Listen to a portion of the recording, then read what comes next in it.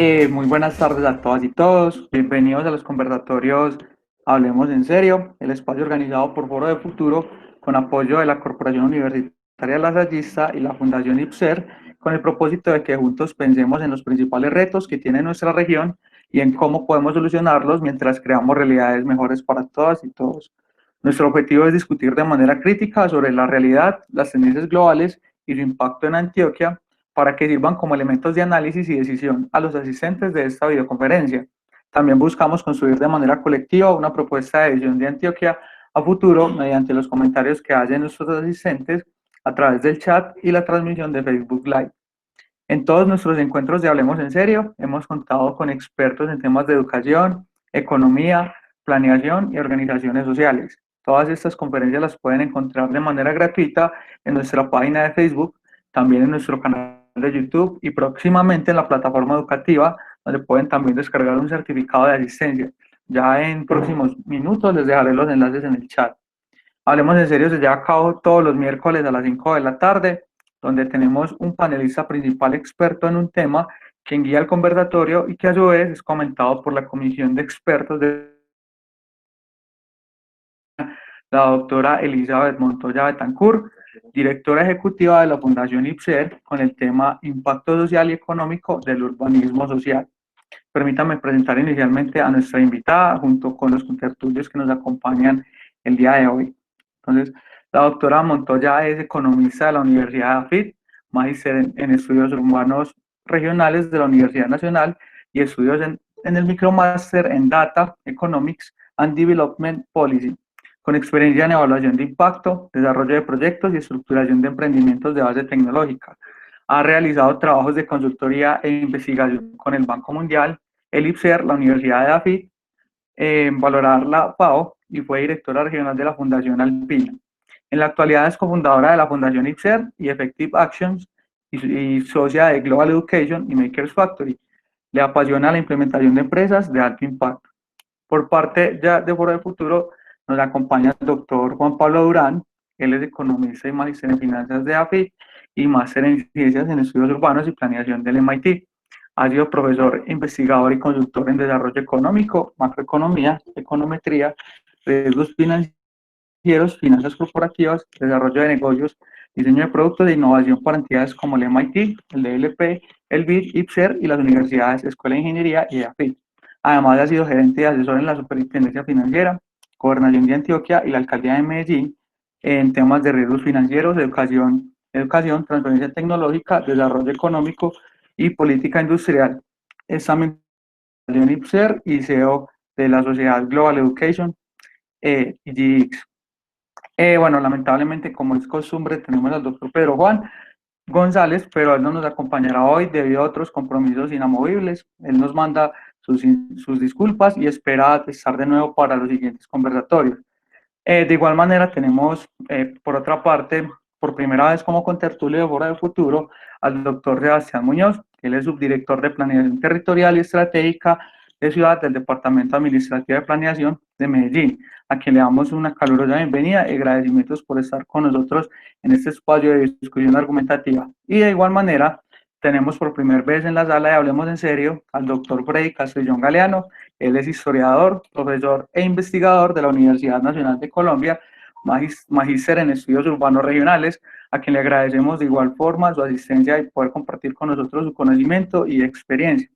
La doctora Elizabeth Montoya a partir de este momento guiará el conversatorio y el tema impacto social y económico del urbanismo social, para luego continuar en compañía del resto de nuestros contertulios, integrantes de la Comisión de Expertos de Foro de Futuro. Entonces recordamos a nuestros asistentes que pueden compartir sus comentarios y preguntas en el chat de esta videoconferencia para que nuestros contertulios las puedan responder en un espacio que hemos separado para ello los últimos 20 minutos al final de este conversatorio. También, bueno, tenemos un grupo de WhatsApp donde nos pueden compartir sus preguntas para el contertulio. E informarles que todas las opiniones aquí expresadas son opiniones personales que no comprometen o están bajo el nombre de ninguna institución. Entonces ya, sin más preámbulos, le damos la bienvenida a la doctora Elizabeth. Adelante con el conversatorio y bueno, usted me dirá cuándo comienzo a presentar pantalla con su presentación. Si quieres, Alejo, yo presento.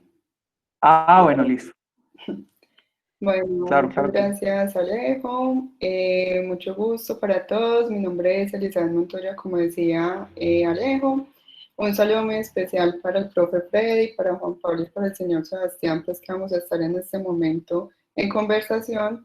Entonces les voy a presentar pantalla para que iniciemos de una vez el conversatorio. Ahí me están viendo, Alejo. Ahí están viendo. Sí, ahí estamos viendo, Ok, sí, la perfecto. presentación. Entonces, como les comentaba Alejandro, el tema que vamos a tratar hoy es el de la redistribución del presupuesto público y cómo esa redistribución del presupuesto público puede tener un impacto en las condiciones de vida de la población. En el primer momento les voy a mostrar como los resultados de una tesis que hice pues en el tema de la maestría y en el segundo momento como unos resultados para que empecemos ya con el conversatorio. Entonces, en la tesis que se hizo sobre la redistribución del presupuesto público partió de tres problemas principalmente. El primero de ellos es un problema político en el que se estudiaron las relaciones de poder que existen entre el sector privado y el sector público. También se trabajó el nivel social, que es cómo esas intervenciones, como por ejemplo el urbanismo social, pueden como impactar de una otra manera, digamos, el impacto en el territorio. Y a nivel científico, que son toda esa falta de evaluaciones de impacto que tenemos en la actualidad, que nos impide mucho como hacer evaluaciones de impacto como enfocados, digamos, en los problemas de los territorios. Entonces, a nivel social, el problema que vamos a trabajar es cómo el sector privado influencia el sector público, lo que hace que la configuración del territorio responda a intereses particulares más que a intereses colectivos. Digamos que este tema fue uno que se trabajó mucho en la tesis, y es cómo se relaciona el sector público y el privado y cómo eso puede impactar directamente al territorio. A nivel científico hay un problema muy importante que se trató como en la tesis y pues en toda esta investigación, y es que realmente no existe una cultura de evaluaciones de impacto de política pública, tanto en el sector público como en el sector social y en el sector privado, que nos permita realmente saber cuál es el impacto de todas las intervenciones que se hacen pues cotidianamente pues en todos los sectores, ¿cierto? Digamos que esa falta de evidencia lo que ocasiona es que se generen muchos gastos innecesarios y poca efectividad en la manera como se resuelven las necesidades de los territorios. Entonces se convierte más que en un problema científico, también se convierte en un problema social porque hay muchos dineros a nivel social, a nivel del sector público que se gastan diariamente. Digamos que los tomadores de decisiones siempre están tomando decisiones sobre qué recursos van a gastar o qué recursos van a invertir, pero realmente no existe una cultura de qué impacto va a tener esos recursos que se van a invertir. Entonces es un problema muy grande que se tiene en este momento y es que falta evaluaciones de impacto para poder saber a ciencia cierta qué impacto van a tener esas intervenciones que se están desarrollando, digamos, a diario y que diariamente se están viendo en los territorios. A pesar de que existe esa falta de evidencia empírica y a pesar de que existen altos costos de oportunidades, digamos, asociados a esas intervenciones, todavía existen discursos y todavía existen como demagogias y políticos demagogos que siguen como tratando de mover a la opinión pública, tratando de convencernos de cosas que realmente no tienen evidencia empírica.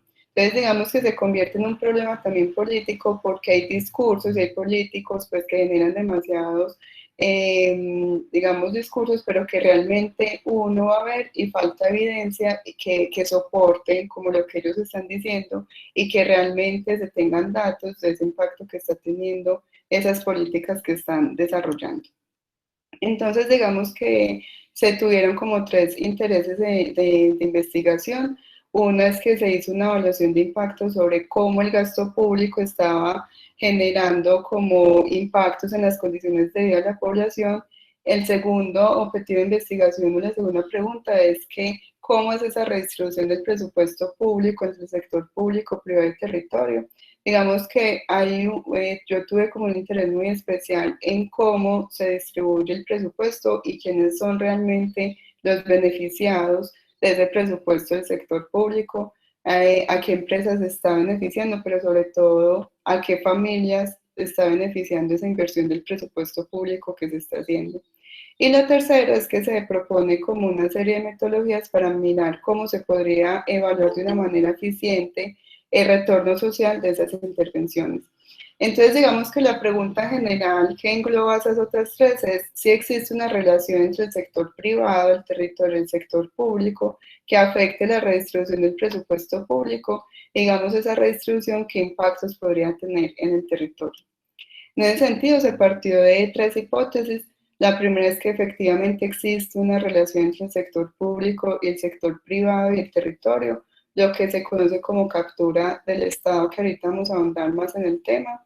Esa relación lo que hace es que se redistribuye el presupuesto público de una manera u otra y que a su vez se generen los efectos negativos en las condiciones de vida de la población. Esto aquí es muy importante porque lo que parte es de que realmente si hay una interacción muy estrecha entre el sector público y el privado y existe captura del Estado por parte de un privado, lo que quiere decir es que al fin y al cabo, pues los afectados van a ser toda la población en general. Entonces, como la hipótesis que se maneja en este estudio. Se partió de dos conceptos, de varios conceptos, pero son dos los que quiero mencionar en esta exposición. La primera de ellas es la redistribución del presupuesto público, que parte de la teoría económica del sector público de Stiglitz. Lo que nos dice es que el Estado tiene cuatro funciones muy importantes y que se debería dedicar a hacer esas cuatro funciones. La primera es la producción de bienes y servicios, la regulación de la propiedad privada, la compra de bienes y servicios, pero la que yo quisiera ahondar es cómo se redistribuye la renta y digamos ese papel que tiene el sector público para hacer bien esa redistribución. Entonces, en ese sentido, la teoría nos dice que hay dos maneras o dos mecanismos de redistribución de recurso público que realmente es de todos los ciudadanos a través de impuestos y todos los ingresos que tiene el sector público, y es que hay dos mecanismos, uno progresivo y uno regresivo. La manera en cómo decida el sector público llevar a cabo esta redistribución, pues va a tener unos efectos, ya sean positivos o negativos, en la sociedad en general. La redistribución progresiva lo que quiere decir es que el Estado capta un dinero de todos los actores y los distribuye a esas personas cuyos ingresos pues no alcancen a abastecer sus propias necesidades. ¿Es progresiva o es positiva? Pues porque lo que hace el Estado es recoger de diferentes sectores y los redistribuye a los más necesitados. Entonces ahí es donde se genera mayor demanda, esa mayor demanda genera producción y esa mayor producción pues genera que los empresarios pues también les vaya bien y que aumenten la oferta. Pero pues contrario a esto hay una redistribución más regresiva en donde ocurre todo lo contrario, en donde el sector público lo que hace es que coge todo el dinero de toda la sociedad y lo que hace es redistribuirlo a unos sectores más adinerados o que tienen más privilegios. Y esto lo hace a través de diferentes mecanismos que todos conocemos, a través de adjudicación de contratos, a través de alianzas público-privadas, a través de privatizaciones de empresas que eran públicas y entre otros mecanismos que lo que hace es que todo el dinero que es de todos, digamos que el Estado lo coge y lo redistribuye pero de una manera negativa en donde no alcanza a llegar a todas las partes de la población. Y el otro concepto que se maneja es captura del Estado. Este concepto es muy importante y ya lo han venido investigando diferentes autores como Kaufman, como Banco Mundial, como Hellman, pero el que aquí en esta investigación se propone es el concepto de Jorge Garay, en donde dice que es un mecanismo por el cual el sector privado se aprovecha de relaciones privilegiadas que tiene con el sector público para conseguir sus propios beneficios a costa del bienestar general. Este concepto es muy importante porque es como el que engloba toda la investigación y es el que nos dice que sí, que este concepto es diferente al de corrupción, pero que además es muy importante porque nos permite como una visión diferente, entonces es el sector privado el que a través de sus relaciones privilegiadas se beneficia de todos los recursos pues que realmente es de todos, ¿cierto? Entonces aquí lo que se hizo es teniendo en cuenta como ese marco teórico fue una evaluación de impacto tomando como caso el urbanismo social No sé si ustedes recuerdan como todas estas infraestructuras grandes que hay en los barrios, que son parques, bibliotecas, bueno, que tienen como alrededor una serie de programas y de infraestructuras. Entonces, lo que yo hice fue tomar esas comunas donde se construyeron esas infraestructuras y mirar si realmente se estaba teniendo un impacto positivo por el hecho de haber construido, de haber tenido como una inversión en esas infraestructuras. Entonces se tomaron como 4 variables, se quiso como identificar si esas infraestructuras sí estaban ayudando a disminuir la tasa de homicidios, si estaba aumentando el nivel de participación, el nivel de ingresos y el nivel educativo. Y ya como segundo se hizo un análisis de realmente quién se benefició del urbanismo social y quién estaba como detrás de todas esas infraestructuras y en qué empresas se beneficiaron por el hecho de esa inversión que se hizo. Para quienes no conocen, una evaluación de impacto es muy importante para identificar los efectos que tiene una intervención sobre una variable de interés que queramos conocer. Realmente lo que se hace es muy sencillo, es comparar un grupo de tratamientos y un grupo de control. Entonces cogemos un grupo que haya recibido, digamos, la intervención y lo comparamos con un grupo parecido o semejante que no haya recibido la intervención. Lo que busca una evaluación de impacto es tratar de identificar qué hubiera pasado si el programa no hubiera existido, es decir, qué otra opción hubiera existido si de pronto nosotros pudiéramos haber hecho como otro tipo de inversión. Aquí nuestro grupo de tratamiento pues fueron todas las comunas que recibieron parques, bibliotecas, no sé si ustedes recuerdan, eso fue construido entre 2006 y 2007 y algunas comunas pues recibieron la intervención. Una de ellas fue Popular con el Parque Biblioteca España, que como ustedes saben, no sé, pues en este momento no existe, no hay acceso al Parque Biblioteca porque sencillamente pues no estuvo bien construida, entonces no hay acceso de parte de la comunidad al Parque Biblioteca.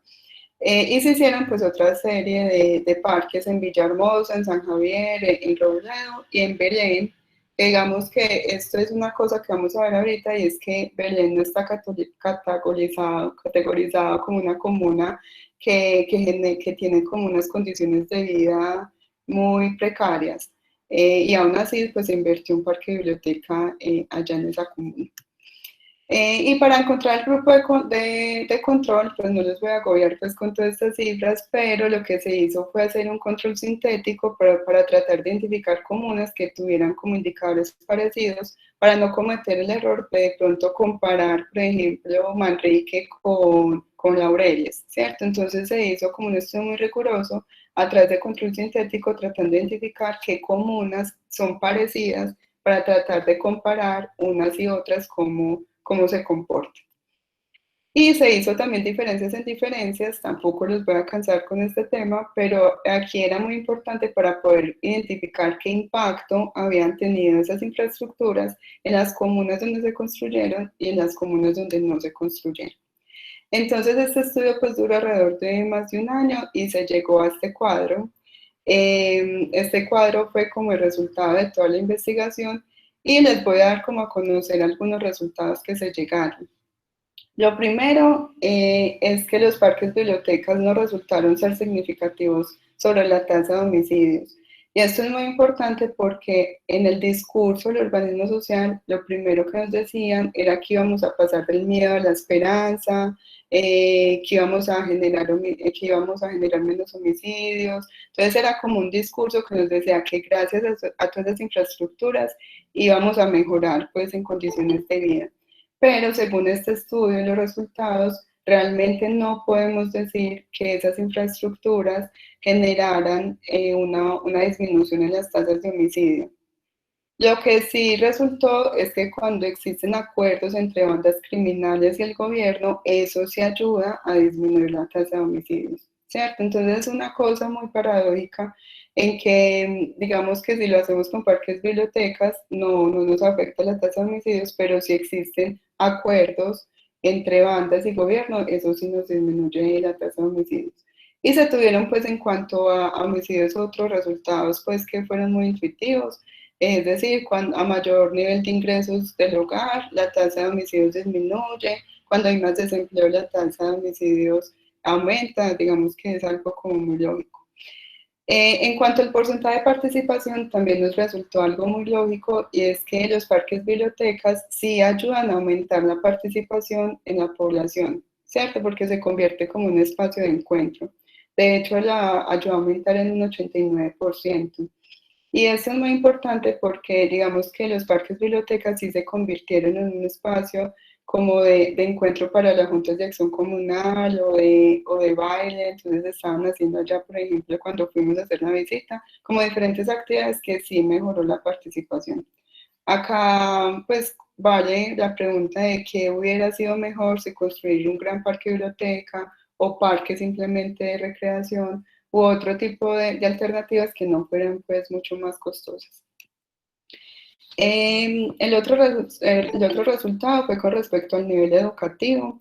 Aquí también fue un resultado muy paradójico porque el discurso del urbanismo social lo que nos dice es que cuando llegan este tipo de infraestructuras, pues ahí mismo mejora la educación y de hecho ellos promueven esas infraestructuras es para que pues el nivel educativo incremente. Acá no encontramos evidencia empírica que nos diga que gracias a los parques bibliotecas aumenta el nivel educativo. De hecho, pues lo que nos dio es que justo en las comunas donde se hicieron parques bibliotecas, pues el porcentaje de jóvenes que estudiaron después del bachillerato fueron menor. No quiere decir que dado a que hay parques bibliotecas, los porcentajes de jóvenes disminuyeron, lo que quiere decir es que no hay evidencia que nos diga con datos que realmente gracias a esas infraestructuras que se construyen se genera mayor educación en los jóvenes. Y en la otra variable que se estudió fue a nivel de ingresos. Aquí tampoco nos dio significativo. Lo que quiere decir es que no es cierto, pues dado este estudio, no es cierto que porque se construyan infraestructuras en los barrios, quiere decir que los padres de familia o el jefe de hogar tenga mayores ingresos. Esa hipótesis, pues, o ese discurso de que llega la renovación y todos van a tener ingresos, digamos que no se comprueba tampoco acá porque no nos dio significativo, es decir, que no nos permite explicar que gracias al urbanismo social se incrementaron ingresos en los barrios. Eso en cuanto a la evaluación de impacto. El segundo objetivo que tenían esta tesis era mirar realmente quién se benefició por estos parques bibliotecas. Entonces, al mirar como todos los contratos que se hicieron en esta época de 2006 y 2007, se encontró que el costo total de los parques bibliotecas fue de 57.000 millones, de los cuales se adjuntaron solamente a 3 firmas constructoras. ¿Cierto? Se adjuntó a arquitectura y concreto, 2 de ellas se adjudicaron a arquitectos e ingenieros asociados y 2 de ellos a Carlos Bengal. Es decir, pues en Medellín hay más de 50 firmas constructoras y solamente pues se adjudicaron a 3 firmas la construcción de 5 parques bibliotecas. Además, estudió el total del presupuesto destinado a obras públicas y se encontró que entre 2006 y 2007 fue adjudicado el 30% del presupuesto a estas 3 mismas firmas, ¿cierto? Es decir, del total de presupuesto en obras públicas, solamente, no, pues el 30% fue adjudicado a estas 3 empresas, lo que empieza a sugerir como una concentración de ese presupuesto pues en unos actores privados. Lo otro importante que se encontró es que en la época de Sergio Fajardo la concentración fue mucho más que, por ejemplo, en la época de Alonso Salazar. Entonces, por ejemplo, el 80% de la inversión total en obras públicas estaba concentrado solamente en 10 empresas. En 2007, el 74% estaba concentrado en 10 empresas, mientras que Alonso Salazar, pues ustedes ven aquí una disminución del 63 al 38%. Y esto es muy importante porque lo que quiere decir o lo que sugieren los datos es que hay gobiernos que están como más incentivados a generar como captura o a generar concentración por parte de unos sectores más que otros. Es decir, no porque no es verdad que es imposible gobernar sin captura del Estado porque hay otros que han demostrado que sí es posible, pero digamos que el 87% en 10 empresas, eso ya genera como una concentración del presupuesto público que en ese momento se tenía destinado. Y lo otro son los gastos adicionales, que también es muy importante mirar porque estas obras públicas casi siempre requieren unos gastos adicionales. En este caso de los parques bibliotecas fue de 12.000 millones en esas mismas infraestructuras. El caso del Parque Biblioteca España pues es un caso pues escandaloso porque digamos que la inversión inicial fue de 15.000 y se hizo una inversión adicional de 11.000 millones y aún así pues en este momento no sirve pues para nada ese parque biblioteca. Aquí trae como mucho sentido hacerse la pregunta de qué hubiera pasado si hubieran como invertido ese montón de dinero en otro tipo de obras o en programas de empleo, en generación de educación o en otro tipo de programas que realmente tuvieran un retorno social positivo y que no fuera como una pérdida de recursos, digamos, ahí públicos en la construcción de una obra que en este momento no sirve para nada. Y ya por último, también se hizo como un análisis de la redistribución de las infraestructuras por comuna. Aquí lo que se encontró, como les decía al inicio, es que hay comunas que tenían una buena inversión en infraestructura pública, mientras que hay otras comunas, como por ejemplo Santa Cruz y Manrique, que no tienen tan buena inversión o que no tienen, por ejemplo, muchas veces no tienen carreteras o que no tienen la gente no tiene por dónde caminar. Entonces aquí pues justifica la pregunta de qué es pues como qué estudio se hizo previo para identificar qué comunas realmente necesitaban esta inversión, ¿cierto? Porque realmente, por ejemplo, Belén o Villahermosa no tienen como unos indicadores tan negativos como si lo tienen como, por ejemplo, Santa Cruz. Entonces ahí es como, bueno, ¿cómo estamos tomando decisiones en el sector público con base a qué? Y digamos realmente cuál es el objetivo y cuáles son los intereses. Y bueno, ya como para abrir una discusión, ya he hablado como mucho, ya como conclusiones de este estudio, yo creo que es muy importante realmente que desde el sector público, desde diferentes sectores, empecemos a generar evaluaciones de impacto. Este tipo de políticas públicas que se implementan a partir de discursos, a partir de opiniones, muchas veces pues que no son verdad o que son demagógicas, digamos que lo que hace es afectar a la población y lo que hace es que no se genere una redistribución progresiva del presupuesto público. Entonces es como ya para que abramos la discusión, es muy importante como que empecemos a generar como esa cultura de evaluaciones de impacto y de datos en la toma de decisiones. Y lo segundo es que la veeduría del sector público es muy importante, pero también lo es la veeduría del sector privado. Muchos de los recursos que dijimos ahorita y que pasan también en diferentes programas se quedan en el sector privado. Digamos que la pregunta es realmente quién se beneficia, a qué empresas está llegando el dinero que es de todos y más que eso, a qué familias, a qué dueñas de esas empresas está llegando ese dinero. Entonces paro ahí, que ya he hablado mucho, me están escuchando. Entonces paro ahí pues la presentación. No sé si alguno de ustedes quisieran intervenir o la palabra. Vale.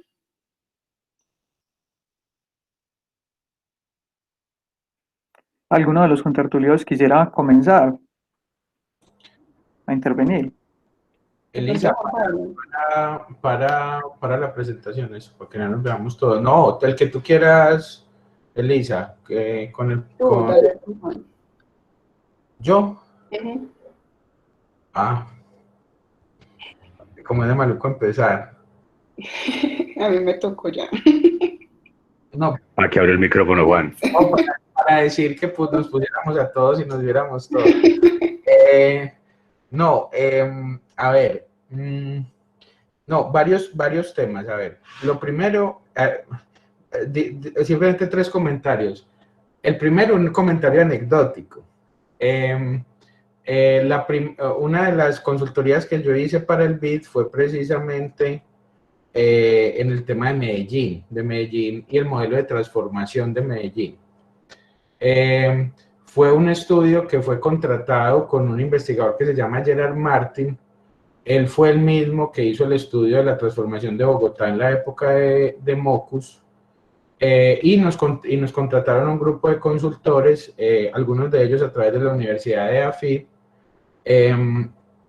A mí digamos, por el manejo de datos en ese momento, yo apenas estaba como empezando en estos temas de consultorías, y digamos que había algún bagaje en el manejo de datos específicamente, y para eso fue el contrato en el tema Medellín.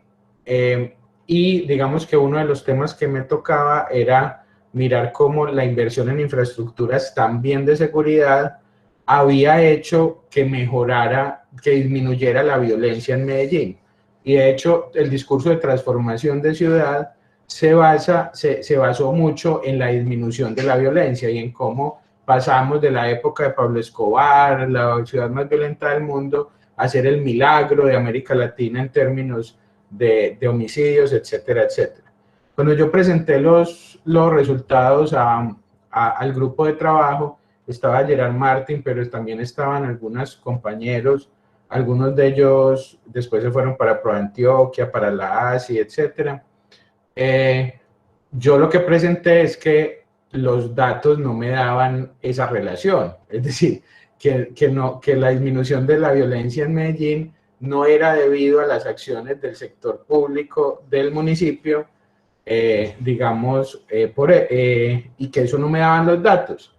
Y me llamó mucho la atención la respuesta de Gerard Martin en ese momento. Me dijo, no, pero es que esa no es la hipótesis. Y yo, pues, se rechazó la hipótesis, ¿cierto? No, es que la hipótesis tiene que dar. Fíjate a ver cómo haces que dé la hipótesis. Y entonces yo le dije, no, pues es que yo traté por todos lados y eso no da. Pues, o sea, sencillamente, eso no fue lo que dio el estudio, o sea, eso no es cierto. Sí, o por lo menos los datos no lo confirman, ¿cierto? Y entonces hubo una discusión entre yo, hasta que yo dije, no, vea, si ustedes quieren colocar eso, colóquenlo, pero no me pongan a mí en el estudio, ¿cierto? Porque eso no es lo que dicen los datos y es deshonesto poner cosas que no pasaron, ¿cierto?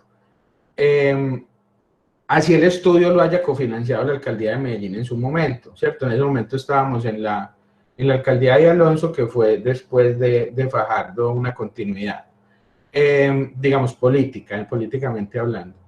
Entonces, eso cuando estaba viendo, digamos, la presentación de Lisa, se me vino todos esos recuerdos a la cabeza, porque, digamos, yo creo que en estos temas tan delicados, que son cómo las acciones políticas impactan a la sociedad, yo creo que uno no puede culpar a los políticos de la demagogia, porque de alguna manera eso es parte de su trabajo, pero creo que hay una responsabilidad muy importante en otros sectores de la sociedad, específicamente en los sectores de la ciencia, en la academia. Yo creo que la academia tiene la responsabilidad de hacer estudios serios y de probar científicamente si las demagogias políticas surten o no, son verdad o no. Y yo creo que las universidades, y para eso sirve la ciencia, nosotros necesitamos cada vez más gobiernos basados en datos, cada vez más gobiernos basados, digamos, en ciencia, y necesitamos gobernantes que ojalá tomen decisiones basadas en evidencia, ¿cierto? Porque estamos hablando de cosas muy delicadas, que es el tema del presupuesto público. Entonces, esa pseudociencia, que más que pseudociencia es la práctica de algunos científicos de venderse al mejor postor, es mucho más reprochable que el discurso político per se, ¿cierto? Y lo mismo ocurre con los medios de comunicación. Resulta bastante interesante que digamos, el discurso del urbanismo social, que lo conozco muy bien, porque como les digo, trabajé con quienes más lo estaban impulsando, hay un proyecto que llamaba Laboratorio Medellín, bueno, un montón de temas. Digamos que lo que ellos argumentan que fue el impacto, digamos, de esa transformación y de ese urbanismo social, son precisamente las variables que Lisa probó que no son ciertas para el urbanismo social, es decir, no solamente la disminución de la violencia, sino el aumento de la educación y el aumento de la calidad de vida. Entonces, uno dice, ¿cómo es posible que un discurso que no tiene evidencia, o que en el mejor de los casos la evidencia científica que tiene es prepagada, pudo hacer, digamos, carrera hacia la gobernación de Antioquia y hoy puede hacer carrera hacia la presidencia, ¿cierto? Eso, digamos, que es grave en términos de nuestra democracia. El otro tema que quería hablar para digamos, darle paso a mis compañeros, es que la lógica bueno, son dos temas. Primero es que la lógica de captura del Estado, hoy se está hablando mucho de captura del Estado porque resulta que la captura del Estado hoy está asociada a una clase económica específica que algunos economistas la llaman la clase rentista, que es esa clase económica que produce más utilidades sin necesidad de producir más bienes y servicios y sin necesidad de producir necesariamente más empleo. Es una, digamos, y esa captura del Estado en manos de la clase rentista, en donde el sector inmobiliario, digamos, basado en la construcción, es uno de sus principales protagonistas, pues genera unos impactos negativos ya comprobados científicamente en términos de inestabilidades en los ciclos económicos y en términos de inequidad del ingreso, de desigualdad del ingreso. Y eso tiene que ver con lo que Lisa estaba exponiendo.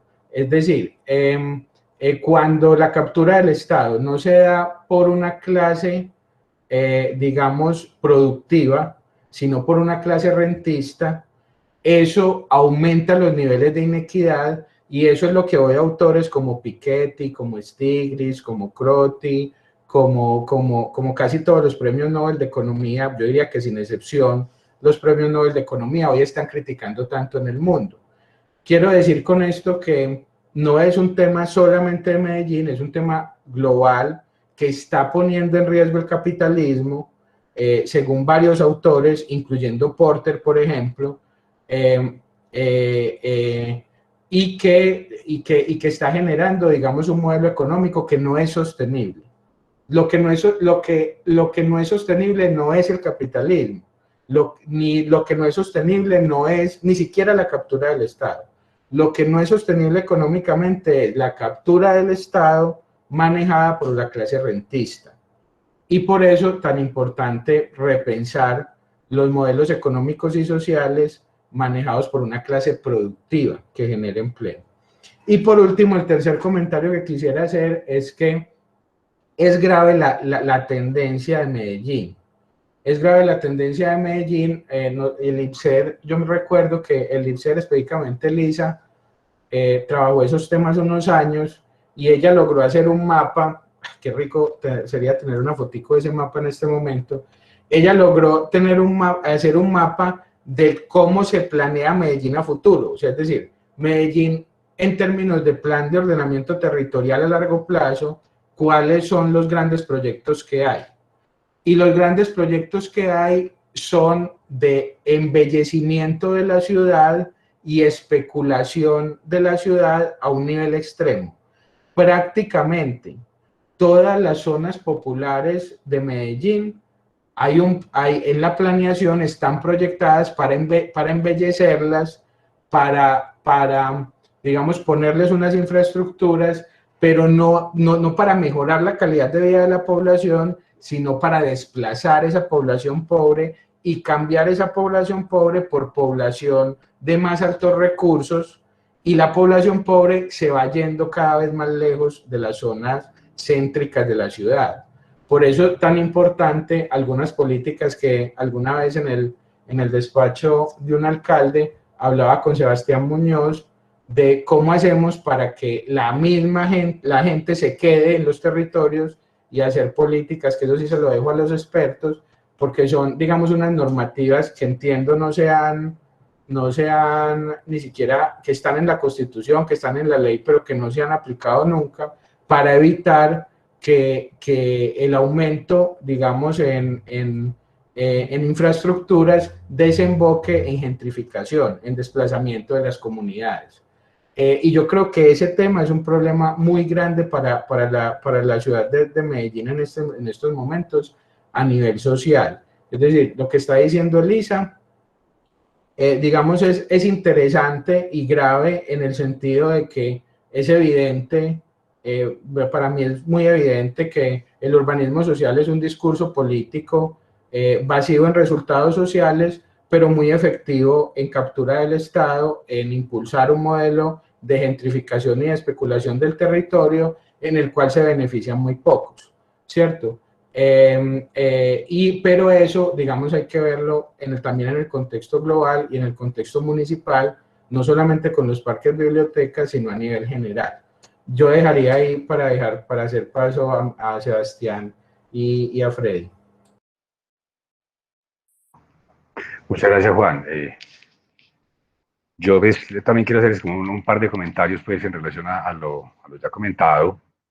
Lo primero es que, digamos, en el documento se hace una relación muy interesante de por dónde inicia la financiarización de las ciudades, y realmente es bastante acertado.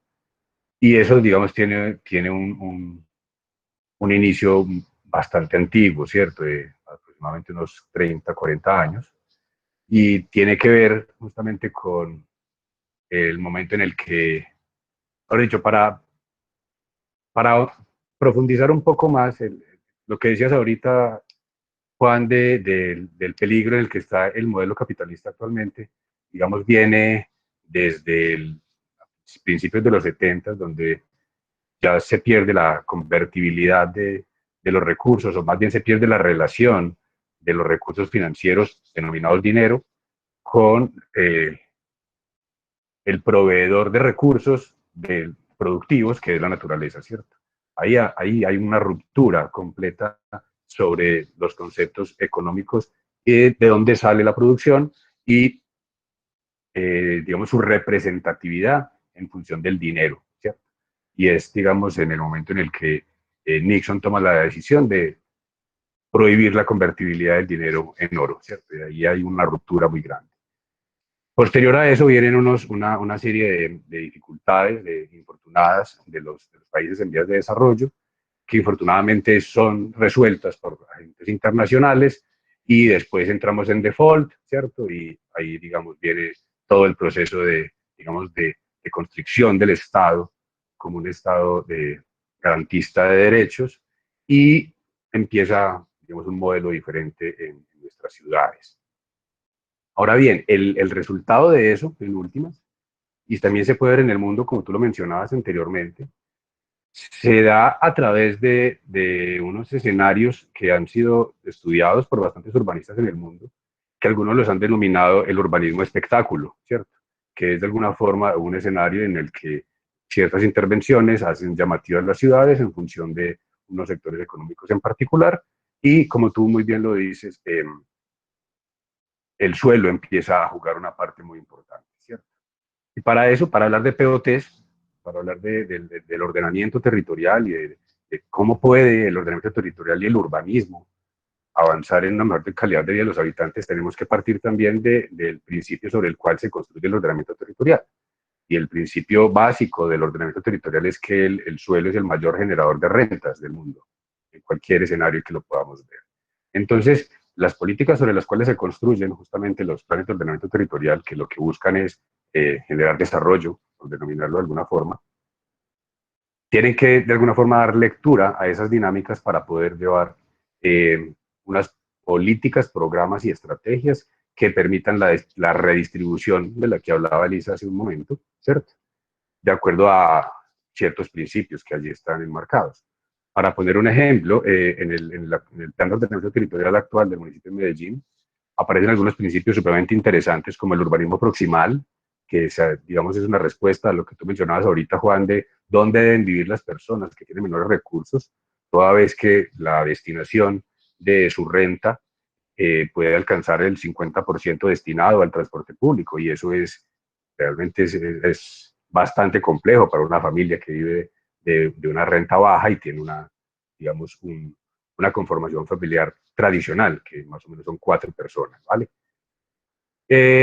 Entonces, para eso hay algunas respuestas en el plan de ordenamiento territorial. En este momento simplemente me quiero referir a eso, y se han construido unos sistemas en el ordenamiento territorial municipal de Medellín propiamente, porque solo existen en el municipio de Medellín, unos sistemas en los cuales la misma actividad edificatoria, ¿cierto?, o constructiva en la ciudad, contribuye a la consolidación de unos sistemas de espacios públicos, equipamientos, a través de un sistema de decisiones urbanísticas, pero, digamos, orientándolo desde el principio hacia dónde vamos a consolidar esos sistemas.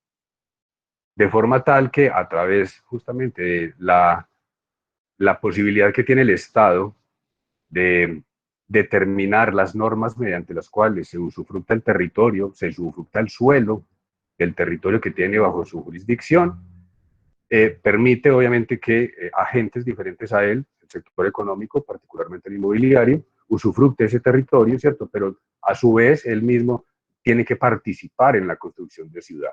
Entonces aparece un ejercicio de sistema de sesiones en el cual se determina desde el principio a través de elementos estructurantes. Recordemos que el territorio, digamos, se construye de acuerdo a unos elementos estructurantes que son el espacio público, en primer lugar, las vías, los equipamientos y obviamente todo el sistema natural que tenemos, que nos imprime ciertas limitantes a la intervención del mismo.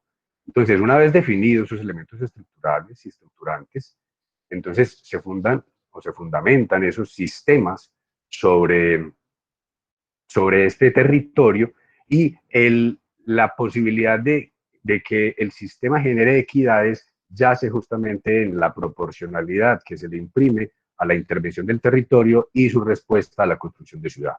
Eso es, para hablar a plata blanca, por decirlo de alguna forma, es cuánto aporta el sector inmobiliario en función de las densidades que se le permite construir en espacio público, equipamiento y vías. Entonces vamos consolidando a través del ejercicio de la construcción y de los agentes inmobiliarios, vamos consolidando esos sistemas estructurantes de la ciudad, y obviamente que intentan generar equidad territorial respecto a los servicios que tiene que prestar el Estado en función de los equipamientos y transporte público y espacio público.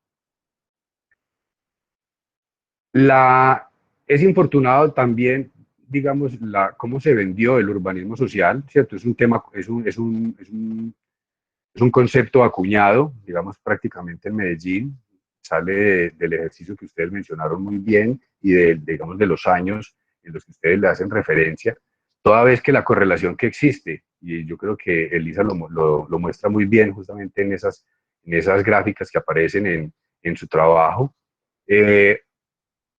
se evidencia muy, muy claramente que la correlación que existe entre la disminución de homicidios y el tipo de urbanismo, denominémoslo urbanismo espectáculo en este momento para ponerle alguna clasificación, pues obviamente no es completamente directa, ¿cierto? Y eso lo podemos ver con mucha claridad.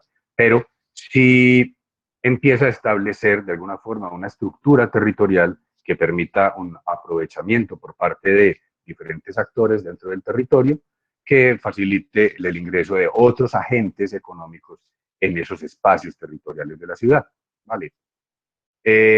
Adicionalmente a eso, digamos, en el largo plazo, el ordenamiento territorial municipal realmente realizó, para la formulación del Acuerdo 48, realizó un ejercicio supremamente interesante en función de las metas que se pretenden alcanzar, cuál es ese ejercicio de balances entre lo que tiene que aportar el sector privado, el sector público para la construcción de una ciudad, en función del nuevo paradigma del urbanismo, que es la mejor calidad de vida de los habitantes. Entonces ahí empieza a jugar un sistema muy interesante que es un sistema nuevo, tenemos que decirlo, es un sistema nuevo que lleva aproximadamente 6 años, o 5 años más bien. El Acuerdo 48 fue adoptado a finales de 2014, entonces llevamos 5 años apenas de esta implementación, que obviamente en el transcurso vamos viendo que necesita ciertos ajustes justamente para garantizar que esa distribución y esa equidad empieza a llegar justamente a todos los sectores de la ciudad. No, en este momento, digamos, una de las visiones más interesantes que tiene el municipio de Medellín justamente parte de ese, eh, de la concepción de la información, ¿cierto? ¿Y qué es la información para un ente territorial y cómo la utiliza el ente territorial en función de los propósitos que la Constitución le otorgó a los entes territoriales municipales? Y ahí quiero llamar la atención sobre algo, y es que las entidades territoriales todas están configuradas de alguna forma de acuerdo a unos lineamientos o orientaciones que establece el Departamento Administrativo de la Función Pública desde Bogotá, que lo que hace simplemente es establecer una distribución de funciones y competencias de acuerdo a lo que está establecido en las diferentes leyes, pero digamos, no se orienta a cuál es la estructura que tendría que tener un ente territorial de forma estratégica para el cumplimiento de los fines del Estado en función de la información. ¿Por qué en función de la información? Porque la información justamente que maneja el Estado es la que en últimas va a realizar lo que ustedes mencionaban anteriormente, unos ejercicios posiblemente prospectivos o posiblemente de planeación estratégica, que en función del acervo de información que se tenga a través de esos instrumentos podrá determinarnos o orientarnos en función de hacia dónde deberá dirigirse la inversión pública para que tenga un mayor impacto, ¿cierto? Actualmente entonces, digamos, la idea también va avanzando en ese sentido en la medida en que la estructura organizacional del municipio encuentre una forma de trabajo que esté sustentado en la información que tiene y en la información que de alguna forma produce y procesa, información estadística, estratégica que produce y procesa, pero para, digamos, consolidar el objeto del Estado, ¿cierto? Y el objeto del municipio, de acuerdo a lo que establece la Constitución, que en grandes rasgos se puede denominar generar desarrollo en el territorio que le fue asignado. Para eso, digamos, hay que acudir a muchos artificios, tanto estadísticos como matemáticos, que permitan esa dinámica de información y poder llevarla a unos repositorios y a un ejercicio, a un modelo de articulación entre las diferentes dependencias del conglomerado público que permita justamente que esa información la tengamos oportunamente a la escala que se necesita, con ciertos estándares, para que justamente esos modelos o esas herramientas que nos van a permitir en un futuro dirigir la inversión de acuerdo a la pertinencia que se tenga en el territorio, podamos de alguna forma tenerla embebida dentro de ese sistema organizacional municipal.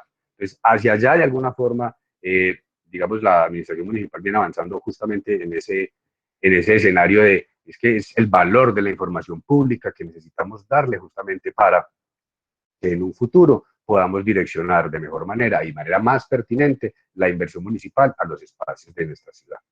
Yo creo que para hablar simplemente de ordenamiento territorial, yo dejaría hasta ahí, simplemente para poner el tema en la mesa, ¿cierto? Que yo sé que muchos de los presentes son expertos en el asunto, entonces creo que es importante ponerlo en la mesa, toda vez que es un plan de ordenamiento territorial muy potente, posiblemente de los pocos que tienen ese tipo de visión y de sistemas en su interior, podría decirse que en Latinoamérica, y que en este momento tenemos la oportunidad de hacer una evaluación de cuál ha sido realmente la función de los sistemas de los que les acabo de mencionar en alcanzar el modelo de ocupación y los objetivos que se proponen de carácter social en el POT a través de las intervenciones del Estado. Bueno, buenas tardes. Yo quiero poner el acento específicamente sobre la exposición que hizo Elisa y producto de una investigación juiciosa y una investigación sobre el cual, a partir de un nivel de posgrado, ella con un objeto de investigación llega y plantea una hipótesis con unos objetivos muy claros. Esa hipótesis y esos objetivos tienen que ver con el urbanismo social, y ese concepto de urbanismo social que hizo carrera en administraciones anteriores ha llevado a que Medellín tenga unos reconocimientos y unos premios, y de todas maneras Medellín quedó en el radar a partir de ese concepto, donde escaló a nivel nacional y a nivel internacional sobre los resultados sobre los cuales formalmente una administración, con todos los procedimientos que tiene, tanto internos como externos, con el control político, las procuradurías, las contralorías, la relación que hay con el DNP, para poder tener unos resultados y unos objetos que son muy evidentes,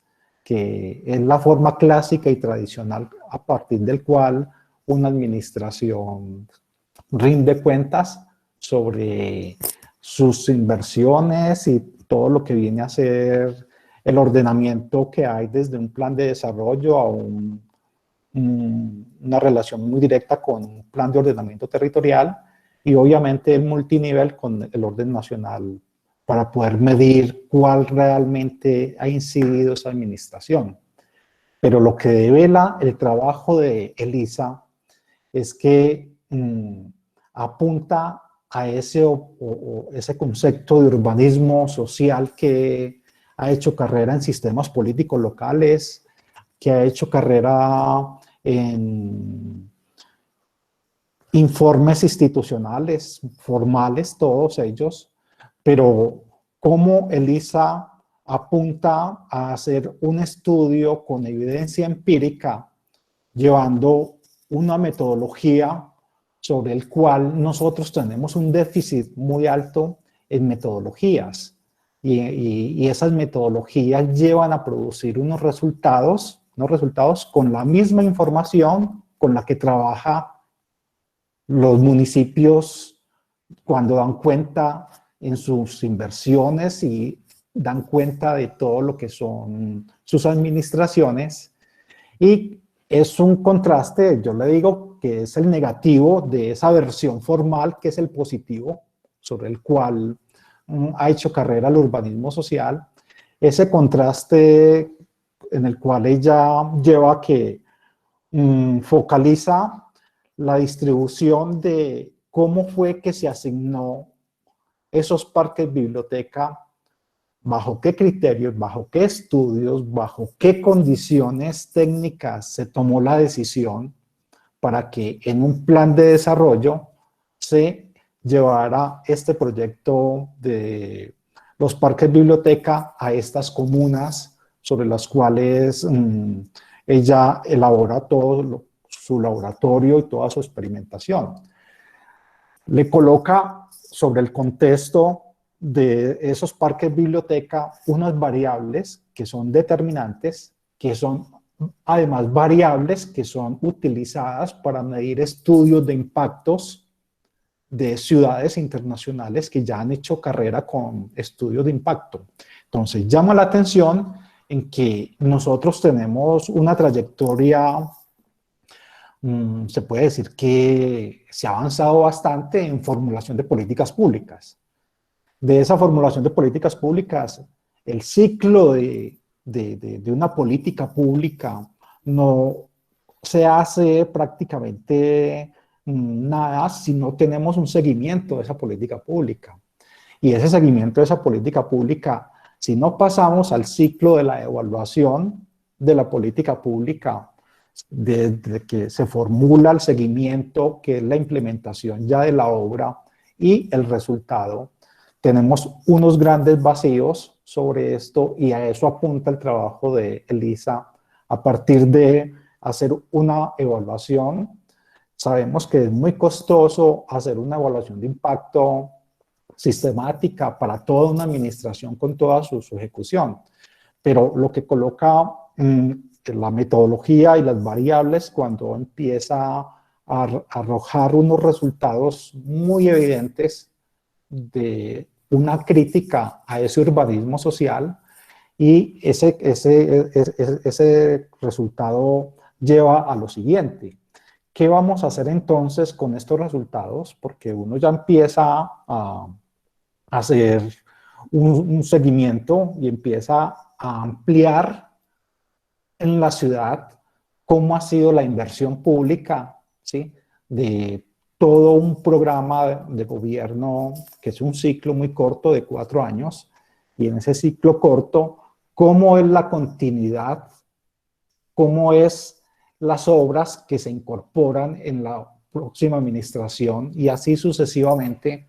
Lo que lleva como grandes conclusiones es que nosotros no estamos haciendo el trabajo de una forma muy eficiente en el momento en que partimos de una información la que no nos permite conocer realmente la planificación, y que esa planificación, ¿cómo se ha hecho? Es un interrogante que llama la atención, y es una oportunidad muy grande cuando el trabajo que plantea Elisa, y quiero poner estos acentos, porque da pie para ampliar la escala, ¿sí?, y pulir ese método, contrastarlo con otras obras específicas durante varios periodos, porque lo interesante es coger varios periodos, no focalizarse en un solo periodo de una administración, y conocer cuál ha sido retrospectivamente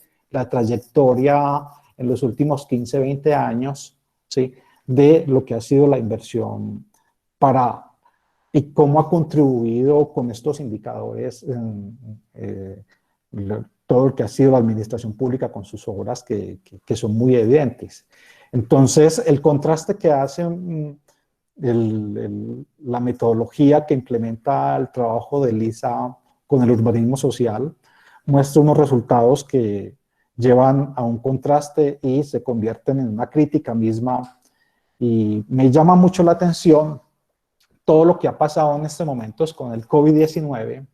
El COVID-19 ha sido una gran oportunidad para conocer entonces realmente, con el ejercicio que acaba de hacer el municipio de Medellín, qué hacer entonces cuando Medellín tiene unas excelentes fuentes de información. Las bases de datos del municipio de Medellín y todo su conglomerado son de muy alta calidad, pero son bases de datos que han estado muy fragmentadas, y que el COVID-19 ha sido la oportunidad para hacer una relación y hacer una integración, de poder tener una interacción entre estas bases de datos, y esas bases de datos pueden, en este momento, una base de datos tan potente como es la base de datos de todo el consumo de servicios públicos de la ciudad, ¿cierto?, que está bajo responsabilidad del grupo empresarial EPM en todos los servicios que presta, una base de datos como Catastro, una base de datos como la DIAN,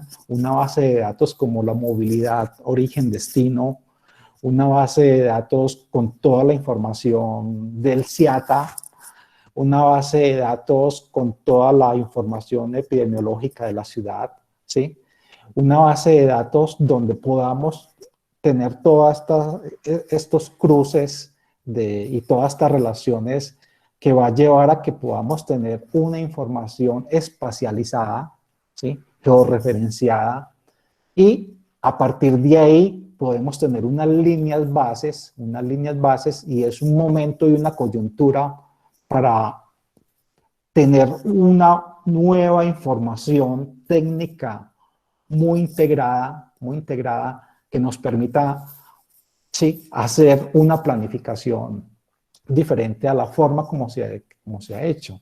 Es decir, si lo del COVID-19 puso a prueba la capacidad que tiene el municipio de interactuar con todas sus bases de datos para tener una forma muy eficiente de poder entrar a incorporar un gran tema como ha sido toda esta emergencia social, esta emergencia social y esta emergencia epidemiológica, por lo tanto, va a llevar a que entonces el municipio empiece a pensar qué hacer estratégicamente hacia futuro, porque tenemos que saber que viene una revolución tecnológica, viene una implementación de unas infraestructuras para poder poner a prueba la 5G, ¿sí? Pero esas bases de datos, entonces, que las vamos a tener disponibles para poder relanzar un nuevo modelo de planificación estratégica, ¿cierto? Que es lo que están haciendo las ciudades a nivel internacional. Pero eso es producto de que han tenido esta información históricamente y que esa información ya la relanzan con una nueva estrategia para poder focalizar, y que ahí es donde yo veo la pertinencia del trabajo que ha hecho Elizabeth de cómo llevar, ¿sí?, una política pública formulada, el seguimiento y la evaluación de esa política pública cuando un plan de gobierno de un periodo de 4 años, en este caso, empieza a mostrar resultados, pero que empiece a mostrar resultados con una información técnica que lleve a que se puedan hacer cambios, que lleve a que se puedan advertir dificultades y que por lo tanto podemos hacer unas bifurcaciones en el camino y que no vamos a cumplir con un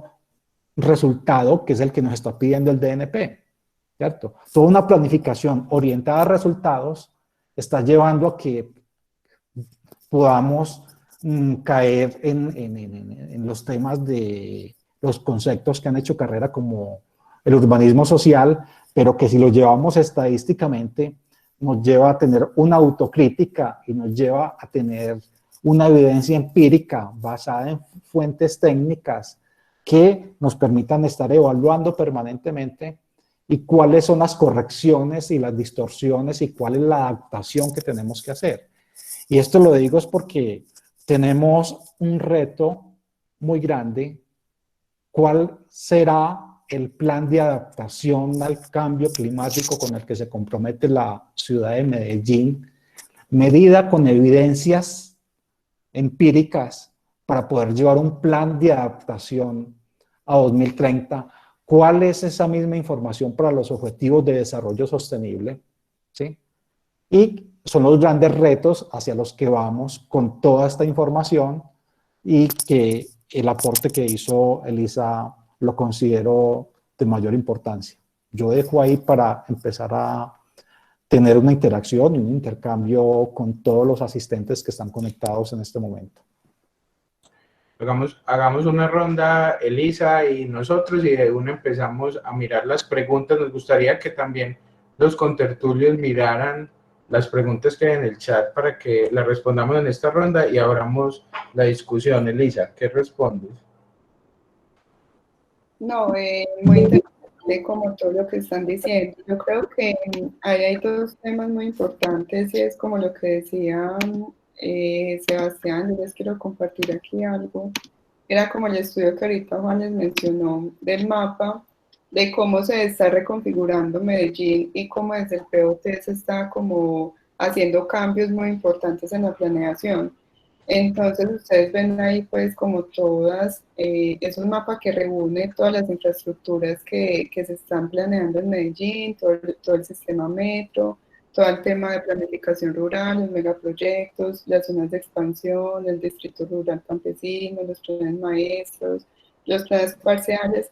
Esta es una información que este mapa se hizo con toda la información pues que arroja el municipio de Medellín, pero que, como decía el profesor, es la manera como utiliza uno, digamos, los datos y cómo los hace, cómo genera de esos datos una información que sí sea como relevante.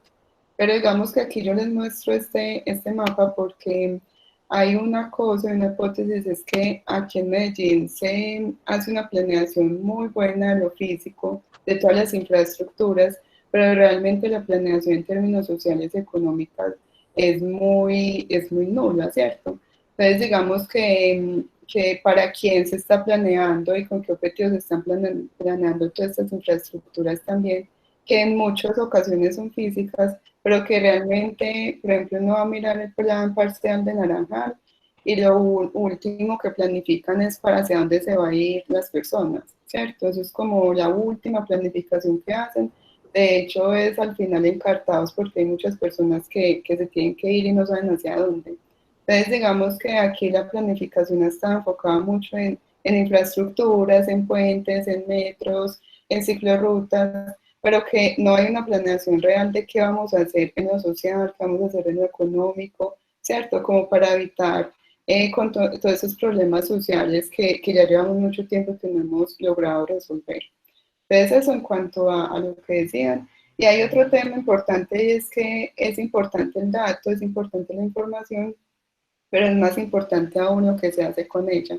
Entonces uno ve que pues en Medellín se está haciendo grandes esfuerzos por recoger datos, por tener portales abiertos, pero yo creo que sí hay un reto muy importante en seguir con la construcción de indicadores, en que los planes de desarrollo existan mecanismos para que hagamos evaluaciones de impacto de toda la inversión que se está generando todos los días, pues por parte de todas las secretarías.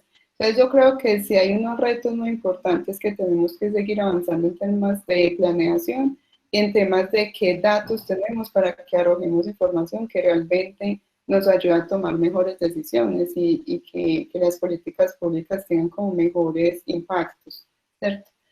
Yo dejo ahí con esos dos comentarios, no sé si alguien, si Juan o... Listo, gracias. Qué pena, pues ahí inmediato pues les cuento. Bueno, muy clara vos, Elisa, pues en lo que decís. Yo creo que frente a eso hay varias cosas que resaltar, ¿cierto? La primera es, en este momento estamos avanzando en el primer piloto de la implementación de la política pública de protección a moradores, que justamente, digamos, busca atacar lo que tú mencionas actualmente, y es que en función de la obra pública que desarrolla el municipio de Medellín, entonces se busca que las personas que van a ser, que de alguna forma serán afectadas por esa obra pública y tendrán que pensar en desplazarse o, digamos, en algunos espacios poder quedarse ahí mismo, pero que queden en las mismas condiciones o mejores condiciones que tenían antes. Y esta política de protección a moradores también incluye de alguna forma las actividades económicas que se desarrollan a menor escala en estas unidades de habitación, que en algún momento pueden ser afectadas por la obra pública. Adicionalmente, no es una cuestión de disculpa, sino que es un escenario exageradamente complejo del que estamos hablando, ¿vale? Y lo digo complejo es por lo siguiente, porque ahorita mencionábamos las herramientas que el profesor Freddy mencionaba el plan de desarrollo como una de las herramientas pues, fundamentales para avanzar en lo que estamos hablando y los planes de ordenamiento territorial. Entonces aquí tenemos la confluencia de dos herramientas supremamente potentes, pero que infortunadamente en el país completo, digamos, no hemos logrado encontrar su articulación perfecta, por denominarlo de alguna forma con la palabra perfecta. Dado que la ley 388, que es de donde salen los planes de ordenamiento territorial, se denomina ley de desarrollo territorial, no es una ley de ordenamiento. Y es una ley de desarrollo porque justamente lo que hace es plasmar las reglas mediante las cuales el ente territorial municipal permite el usufructo del suelo para generar desarrollo. Eso es prácticamente la ley de ordenamiento territorial, la ley de desarrollo territorial, ley 388, que tiene un alcance de largo plazo en función de unas vigencias definidas, y eso yo creo que todos ustedes se lo saben muy bien. Y hay un complemento o un matrimonio indisoluble que son los planes de desarrollo, y de hecho la ley lo dice de esa forma, ¿cierto? Los planes de desarrollo vienen a complementar el plan de ordenamiento territorial en función de lo que está pensado en largo plazo.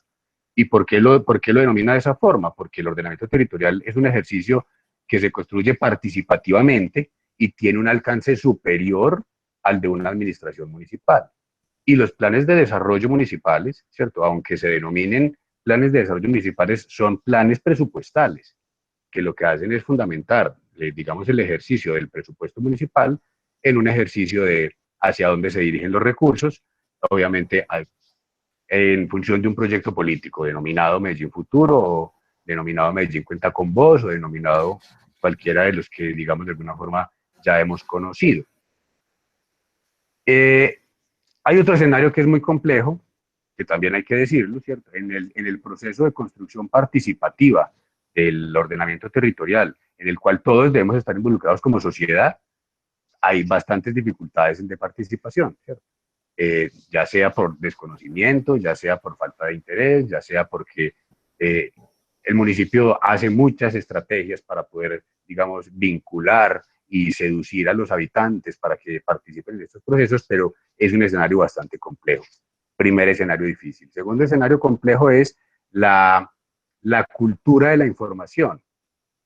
Y hablo de la cultura de la información tanto al interior de los entes territoriales como por fuera de ellos, porque en todos los entes territoriales la cultura de la información es una cultura bastante compleja, donde la información en muchos espacios no se concibe como la información municipal, sino que se concibe como la información de la Secretaría X o de la Secretaría Y empieza un escenario complejo de articulación de información.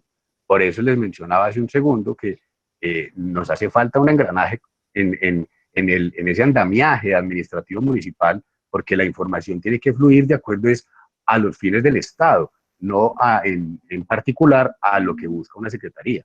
Una secretaría hace parte de un ejercicio general, ¿cierto? Que es justamente el principio que busca suplir el municipio, el ente territorial municipal, de acuerdo a lo que establece la Constitución política. Hasta aquí llego. Yo quisiera enfatizar en varios temitas. El primero es que cuando a nosotros nos empezaron a enseñar en la maestría los temas de desarrollo, lo primero, y nos gastamos un montón de tiempo, fue mirando precisamente el concepto de desarrollo. Y entonces pasábamos por conceptos de progreso, el concepto de desarrollo, el concepto de crecimiento, el concepto de yo no sé qué. Y uno se daba cuenta que los conceptos de progreso, desarrollo, etcétera, dependían del momento histórico. Entonces, en el momento en que lo que mandaba era el comercio y los comerciantes y estaban en el tema del mercantilismo y yo no sé qué, resulta que el comercio era desarrollo, ¿cierto? Y que los comerciantes y el comercio hacía que la gente fuera más culta. O sea, había un discurso del desarrollo asociado al comercio en esa época, ¿cierto? Y así sucesivamente. Cuando Sebastián dice el concepto de desarrollo de nosotros, y nosotros entendemos desarrollo, digamos, enfocado en el usufructo del suelo, en que el suelo, digamos, tenga más rentabilidad, entonces desde ahí tenemos que empezar a dudar de ese concepto de desarrollo. Y desde ahí tenemos que empezar a decir, ese sí es el concepto de desarrollo que queremos para Medellín, ¿cierto? Porque entonces, porque uno dice, si el concepto de desarrollo está asociado al comercio, entonces el desarrollo es para los comerciantes. Si el desarrollo está asociado a la rentabilidad del suelo, el desarrollo es para los rentistas. Entonces hay que preguntarse, ¿el desarrollo de Medellín es para quién? ¿Cierto? Porque entonces nosotros tenemos unas normas que impulsan el desarrollo para los rentistas en Medellín, por definición, ¿cierto?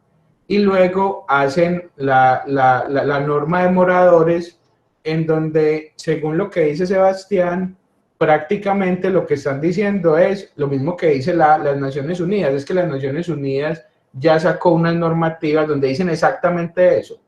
Es decir, venga, si usted va a desplazar la gente, por lo menos póngalas a vivir igual o mejor, ¿cierto?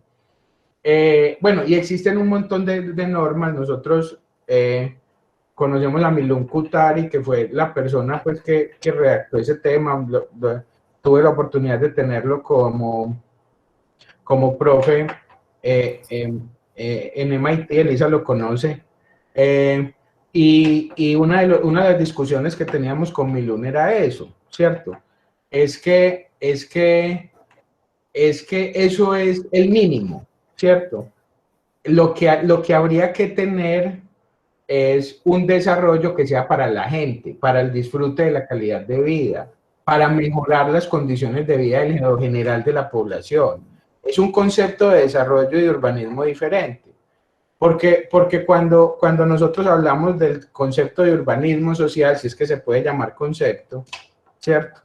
Me recuerdo mucho a Ben Fine. Ben Fine es un profe de la Universidad de Londres, de la Universidad de SOAS en Londres, y él cuando el Banco Mundial lo estaban criticando tanto por lo que tú comentabas, Sebastián, ahorita, que era el tema del neoliberalismo, del consenso de Washington, de las políticas pegadas en todos los países subdesarrollados, las mismas políticas para que pagaran las deudas, ¿cierto? Privatización, etcétera, etcétera. Eso, digamos, generó una andanada posterior de críticas. Y entonces el Banco Mundial hizo algo muy interesante y es que acuñó el concepto de capital social, ¿cierto? Entonces ellos decían, no, es que esto vamos a manejar, el Banco Mundial se va a volver experto en el capital social, ¿cierto? Entonces, y recuerdo a Ben Fine porque él tiene unos libros y unos documentos muy interesantes donde vuelve añicos el concepto de capital social, por muchas razones. Pero entre ellas, porque el capital por definición es social. Usted no puede tener capital que no sea social. El capital es generado por la sociedad, es utilizado por la sociedad, es convertido por la sociedad. El capital es social por definición. Decir capital social es como decir la mesa enmesada o la sombrilla ensombrillada, ¿cierto? Eso es una tautología. Pasa lo mismo con el tema de urbanismo social. Entonces, el urbanismo ya no es solamente urbanismo, sino que pongámosle social. Es que el urbanismo debe ser social, ¿cierto? El urbanismo siempre tiene impactos sociales y el urbanismo se hace para la sociedad, ¿sí? Entonces hay que mirar ese urbanismo social es para quién. Alguien hablaba, y me gustaría que Lisa respondiera a la pregunta en algún momento que le hacen sobre cómo, en el chat, sobre cómo hizo para el tema de las variables cualitativas, cómo utilizó las variables cualitativas y las utilizó no y cómo, pero a lo que voy es que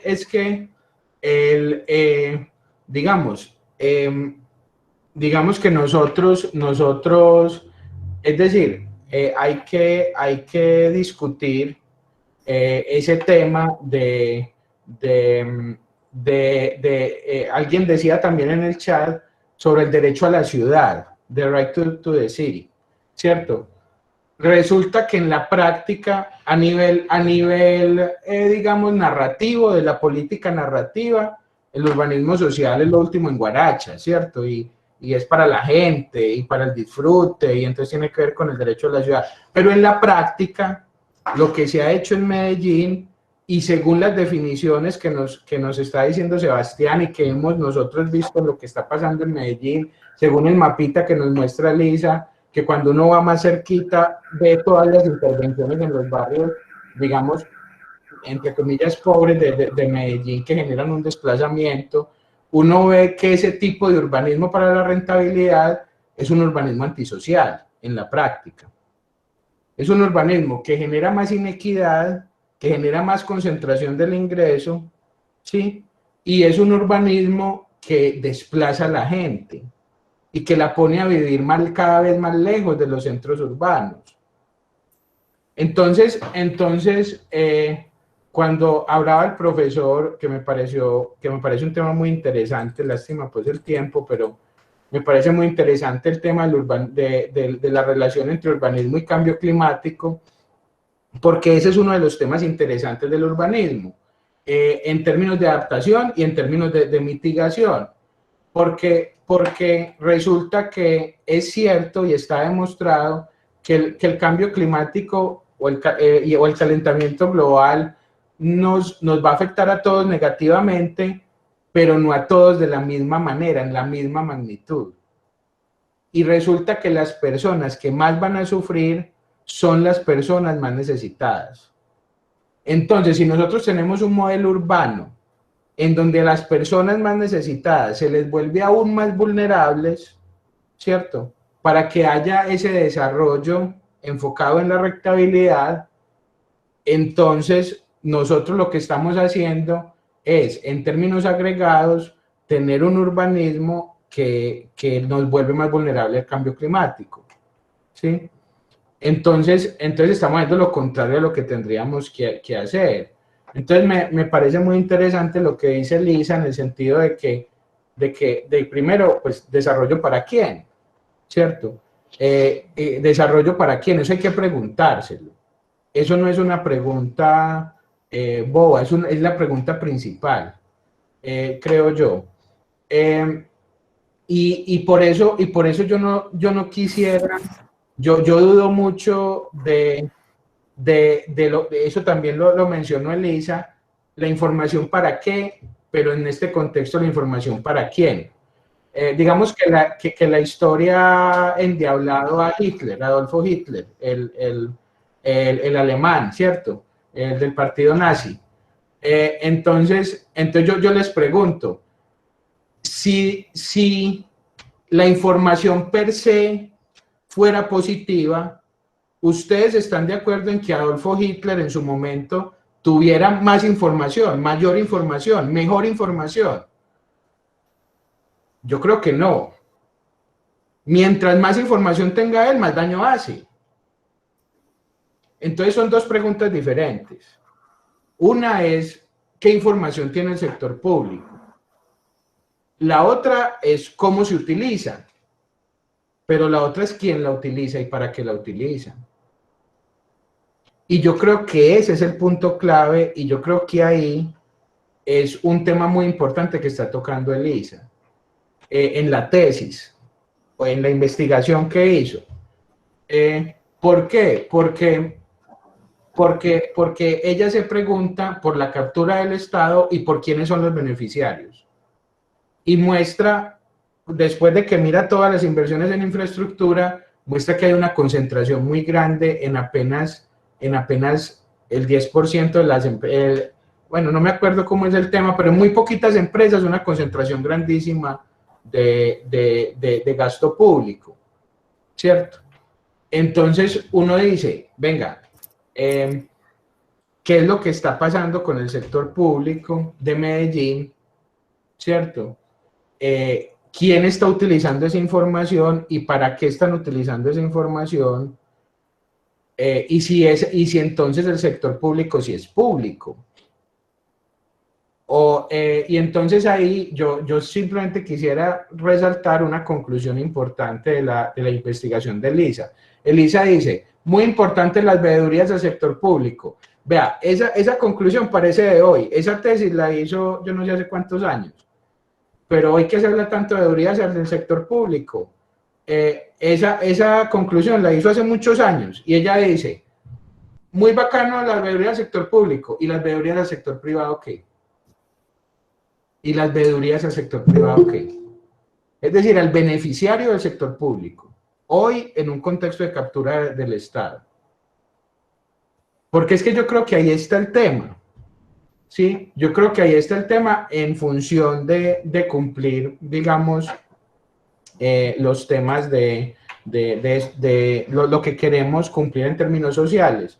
Ahora, simplemente un comentario con respecto a lo que dice el profesor Freddy. Yo estoy totalmente de acuerdo, y quiero hacer énfasis en algo. Ojo, del urbanismo social en Medellín, con sus parques educativos, pasamos con sus parques bibliotecas, pasamos en Antioquia a los parques educativos. Pasamos en Antioquia en los parques educativos con el mismo discurso y con el mismo modelo, ¿sí? Con el mismo discurso y con el mismo modelo, ¿cierto? Parques educativos que algunos de ellos también tienen problemas de infraestructura, parques educativos que también están vacíos muchos de ellos, parques educativos que digamos que, o sea, hay que dudar mucho sobre ese discurso de que el desarrollo es infraestructura, de que el desarrollo es hacer edificios. Entonces, la educación es hacer bibliotecas, el emprendimiento es hágase de esos. Todo es hacer edificios, ¿cierto? Y cuando uno va a ver, pasa lo que dice Lisa. ¿Quién se benefició de los edificios? Los contratistas. Entonces, eso en ese sentido. Y en el otro sentido que dice el profesor Freddy, quisiera enfocar el tema de la metodología de la evaluación de impacto. Yo creo que es muy importante cerrar ese ciclo de la evaluación de políticas públicas.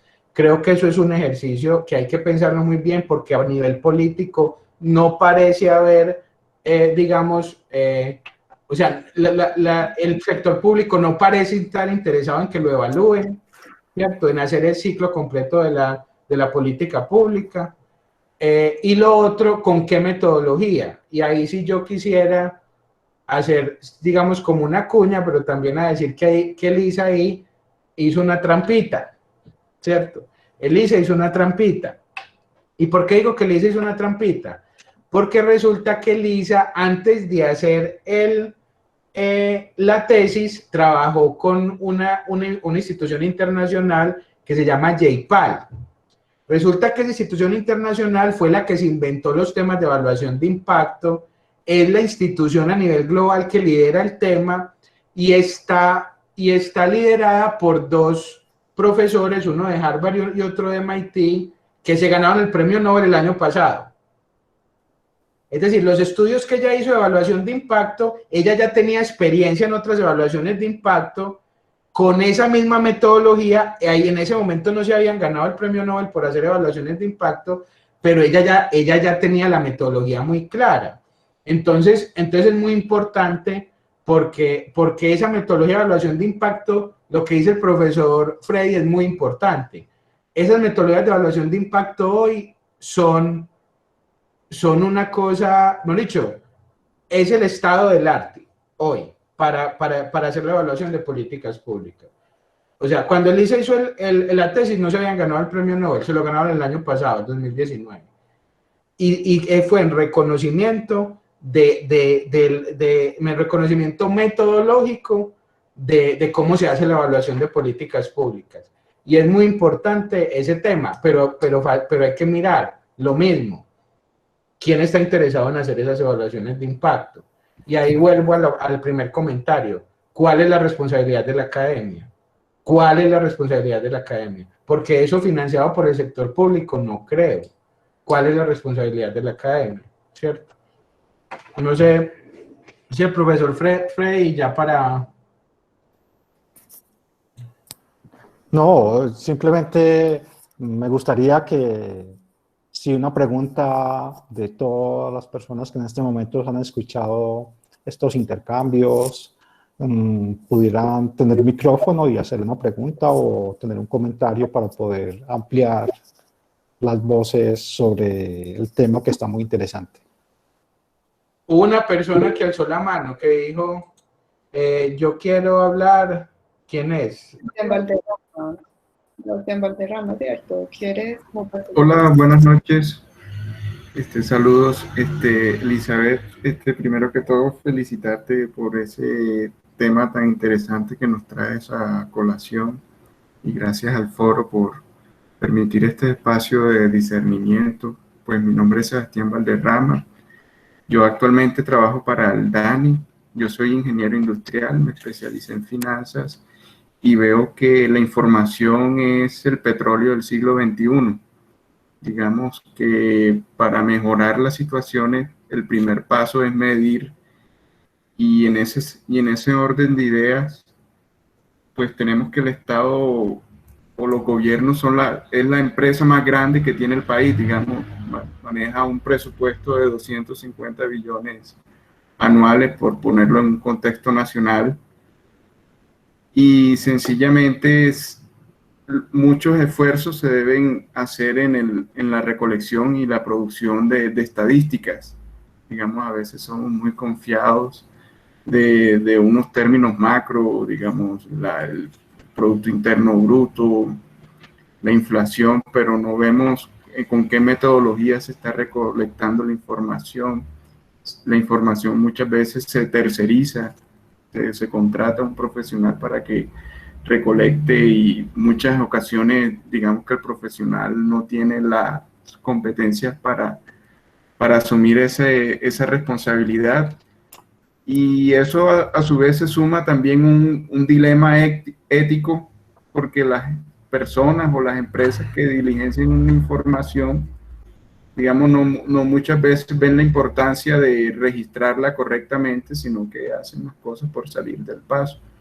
Entonces, es a ese mi sentido como de la reflexión de todo lo que se está hablando, de qué calidad de información estamos utilizando para determinar diferentes proyectos de infraestructura, digamos. No sé si vieron el fallo que salió hace poco de que ya el puerto de Tribugá ya no va a ser, digamos, factible. Digamos que es mucho más rentable todos estos servicios ecosistémicos que hay en esa zona que el mismo puerto. Entonces, cómo desde el Estado, la empresa más grande, se está obteniendo información para contar, digamos, cuántos árboles hay en Colombia, cuántos empleos se están generando en determinada aglomeración económica, cómo están los municipios en factores como generación de valor, generación de empleo. Entonces, es a ese punto, digamos, que no sé si se podría hacer una sinergia con lo que ustedes o con la tesis que se está comentando, determinar una metodología para recolección de datos. Bueno, muchas gracias. Será. Buenas noches. Gracias al profesor Juan Durán por darme la palabra. Mi nombre es Diego Gómez y soy auxiliar de investigación en un centro de estudios urbanos en EAFIT.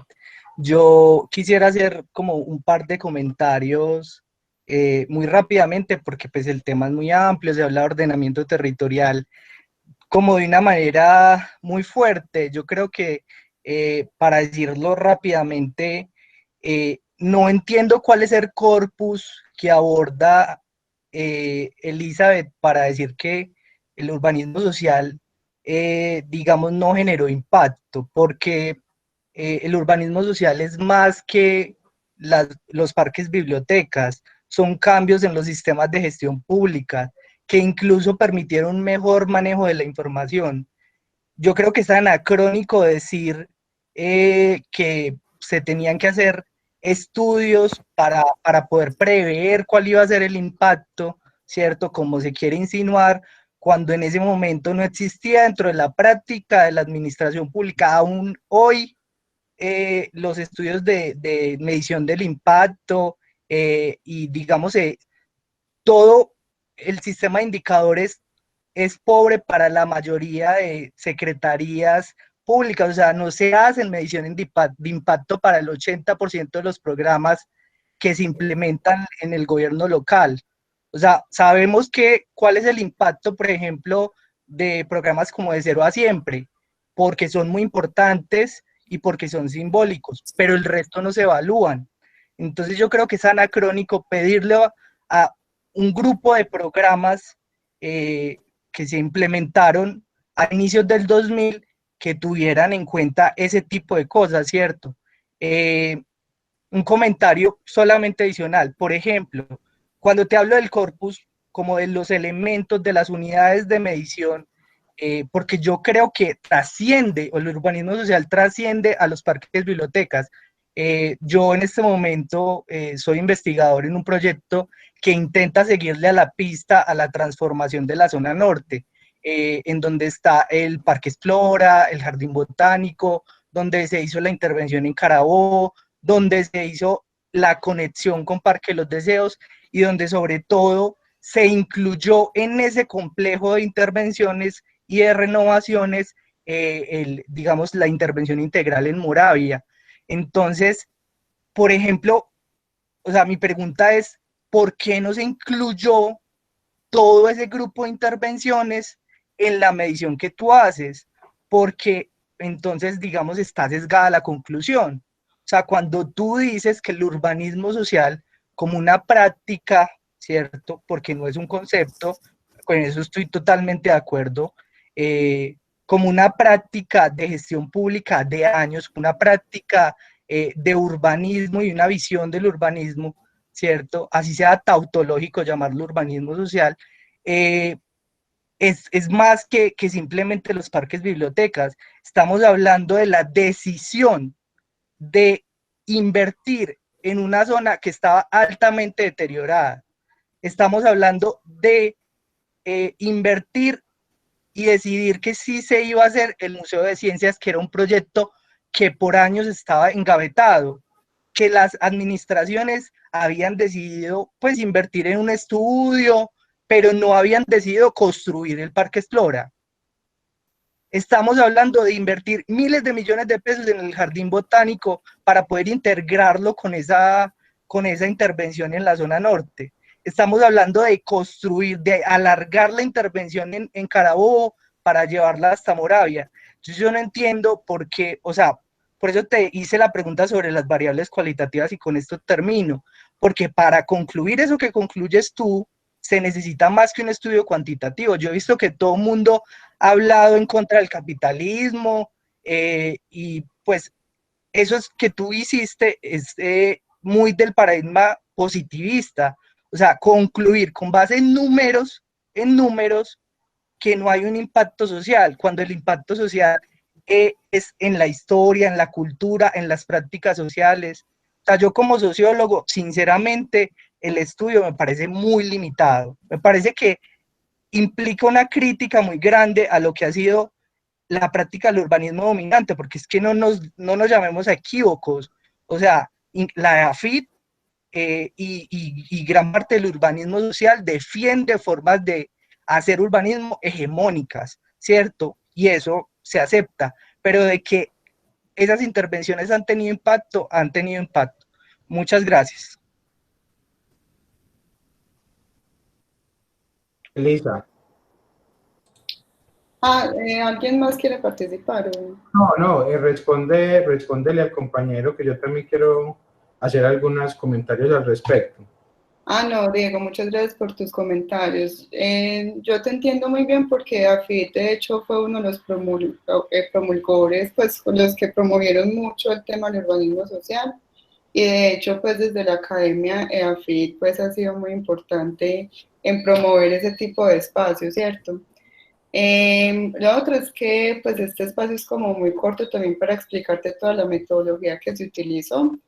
Y pues podríamos como también como separar un espacio para explicarte bien como la metodología y también como que comparemos con metodologías que tú tengas y si de pronto desde AFIT o desde los trabajos que estás haciendo se han hecho también como otro tipo de evaluaciones de impacto como que argumenten eso que estás diciendo de que el urbanismo social se ha tenido un impacto positivo, ¿cierto? Yo creo que el tema es también de que y pues y la invitación que yo hago también es que todos hagamos evaluaciones de impacto con los datos que tenemos, ¿cierto? Porque no son datos pues que son muy abundantes, pero que en la medida en que todos podamos tener esos datos y todos podamos generar evaluaciones de impacto y que con datos y con argumentos pues nos podamos sentar y podamos conversar.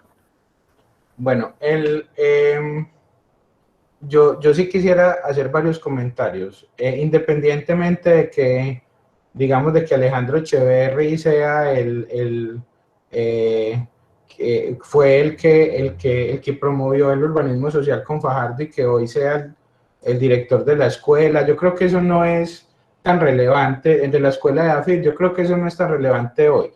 Yo creo que es muy relevante hoy lo que dice Diego y yo creo que hay que ponerle mucha atención. Y yo quisiera hacer, digamos, ahí unas aclaraciones. Lo primero, Diego, es que yo no sé, pero digamos, aquí no hay una crítica al capitalismo. Te cuento, yo personalmente soy empresario y soy capitalista, ¿cierto? Nosotros, digamos que, y es una postura personal, pero yo no sé cuál será la postura de Elisa, ni de Sebastián, ni de Freddy, pero a ellos yo no les vi ninguna crítica al capitalismo. De hecho, quiero aclarar en eso, y yo quiero dejar muy claro en eso.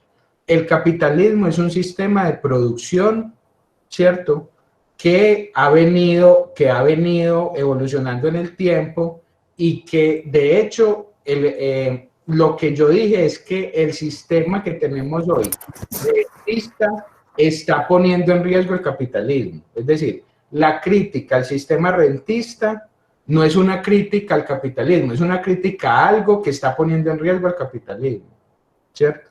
Entonces, y lo pueden mirar en la literatura, digamos, es decir, hay mucha literatura económica sobre cuál es el impacto del rentismo, no solamente, digamos, en términos de las democracias y de cómo eso tiene unos impactos sociales y políticos que pueden, digamos, echar al traste al sistema capitalista, sino también en términos sociales y económicos. Es decir, lo que está pasando hoy en términos de financialización de la economía es negativo para el propio sistema capitalista, y ahí es donde está la crítica, que es totalmente lo contrario a lo que tú argumentas. Y por el otro lado, digamos, hay una crítica, yo secundo lo que dice Lisa de que, digamos, de que uno no puede decir el urbanismo social si tuvo impacto porque sí. Yo creo que eso hay que demostrarlo con datos. Yo sé que eso no, hay metodologías para demostrar ciertas cosas, y el impacto en específico tiene unas metodologías asociadas. Es decir, tú no puedes, digamos, es decir, tú no puedes utilizar todas las metodologías para todas las conclusiones. Hay unas metodologías que te sirven para unas conclusiones y hay unas metodologías que te sirven para otras. Cuando tú hablas de impacto de una política pública, hay unas metodologías que están aprobadas mundialmente, como digo, hasta el premio Nobel se han ganado para probar si algo ha tenido impacto o no, ¿cierto? Tú puedes decir a través de una encuesta o a través de una entrevista, etcétera, que hay unas personas que están muy contentas con el tema. Por ejemplo, tú puedes hacer una encuesta de opinión, pero ojo, la encuesta de opinión no te mide el impacto de una política pública, sirves para medir otras cosas. Entonces, hay que tener muy claro cuáles son las herramientas y para qué sirven las herramientas, ¿cierto? Tú no puedes decir que algo tuvo impacto si no utilizas una metodología apropiada para medir el impacto. Y por último, una aclaración, y es que las variables cualitativas no solamente se utilizan con métodos cualitativos, es decir, existen formas de tú añadir variables cualitativas en métodos cuantitativos, ¿cierto? Por ejemplo, una forma es las variables Dummy, ¿cierto?, que son utilizadas en el estudio de Lisa. Entonces, simplemente como para mirar eso, y también para decirte y dejar un comentario, y es, ojo, la crítica que se hace aquí, que yo quisiera enfocar, no es tanto, digamos, con respecto al tema metodológico, porque digamos que eso merece pues otra discusión. Eso fue una tesis laureada por la Universidad Nacional, que como digo no fue la primera evaluación de impacto que hizo Elisa. Eso ya lleva como 13, ahí es donde yo digo que ya tenía experiencia en el tema, pues entonces de alguna manera por eso fue que la pudo hacer de esa manera. Pero que es una cosa metodológica que es importante que ustedes se junten si quieren para mirar el tema metodológico, ¿cierto? Eso fue una tesis laureada por la Universidad Nacional, que yo creo que es interesante pues mirar esa metodología. Pero el tema es, si tú en el discurso del urbanismo social, en el discurso, dices que eso disminuyó la violencia, que eso aumentó la calidad de vida, y que eso aumentó la educación, tú lo tienes que demostrar, ¿cierto? Y no es solamente los parques biblioteca, es decir, Elisa cogió las zonas de los parques biblioteca, pero ojo, las variables alrededor de los parques biblioteca incluyen todos los equipamientos urbanos que hubieron alrededor de los parques biblioteca. Es decir, el impacto se mide socialmente sobre todo el territorio, ¿cierto? Entonces, es muy importante que los discursos estén asociados a una prueba de que esos discursos sí existen, ¿cierto? Porque si no se vuelven demagogia, ¿cierto? Y en la ciencia hay algo muy interesante, y es que en la ciencia no importa si lo dice un premio Nobel, no importa, no. En la ciencia importa si tú lo demuestras, ¿cierto? El hecho de que AFID hoy sea el promulgor del urbanismo social no quiere decir que por eso el urbanismo social esté comprobado científicamente. Usted tiene que comprobar científicamente las cosas científicamente, ¿cierto? Independientemente de quién lo promueva. No. Ya tenemos 2 minuticos. De pronto el profesor Freddy quiera cerrar con algún comentario final. Pues bienvenidos a estos foros y estos encuentros, porque yo quiero llamar la atención, que me llama mucho la atención cuando un trabajo hace un aporte en metodologías. Una metodología enriquece, y ojalá que sean varias metodologías y que abunden las metodologías, porque todo ese trabajo de sistematización es lo que va a llevar a construir, ¿sí?, una crítica, y una crítica racional, una crítica constructiva, una crítica que llegará al momento en que podrán haber unos resultados, y que eso nos va a llevar incluso a que los académicos en general, la sociedad en general, los políticos sepan hablar y poner con mucha precisión cuáles son sus discursos, ¿cierto? Porque ahora sabemos que están corriendo los eufemismos, y esto tiene unos costos muy altos en términos de inversión pública, en términos de poder tener obras electorales para tener trampolines políticos, ¿sí?, donde estamos con una juventud que tenemos una gran responsabilidad de que no traga entero, y que el futuro de esa juventud tiene por encima de este COVID-19 otro reto todavía mucho más importante, que es de mediana y larga duración, que ahora estamos concentrados en ¿cierto? Pero que realmente la gran crisis y el gran impacto que hay que empezar con todas estas generaciones que están con todas estas inquietudes, que están avanzando con investigación, que tienen toda la pila para contribuir a una mejor sociedad, eso se haga técnicamente, se haga con resultados que nos permitan tener contrastes. Contrastar es muy importante, y contrastar enriquece mucho, ¿sí? Y la diversidad es riqueza. La diversidad me permite reconocer y aprender del otro, ¿sí?, siempre y cuando yo reconozca de que está demostrando con evidencias un resultado. Entonces, este foro me parece de una alta participación, la calidad que se ha hecho con todos los que han intervenido. He aprendido mucho. Para mí es un ejercicio que aprendo y que lo hago de la mayor voluntad, y estoy disponible a tener estos encuentros, y que tenemos un gran reto con la sociedad, con un tiempo en el corto plazo, es que ya tenemos el 2030 respirándonos a todos encima. Ese es el gran reto. De eso hay muy poca gente hablando, ¿sí? Bienvenido a todos los documentos académicos que puedan contribuir debates como este. Bienvenidos.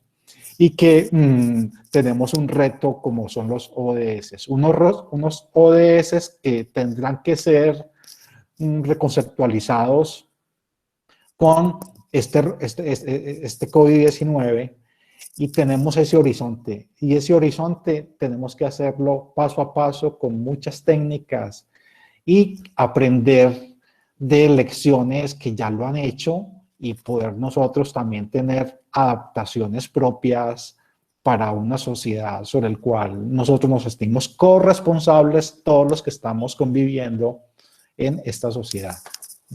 Muchas gracias. Bueno, muchísimas gracias.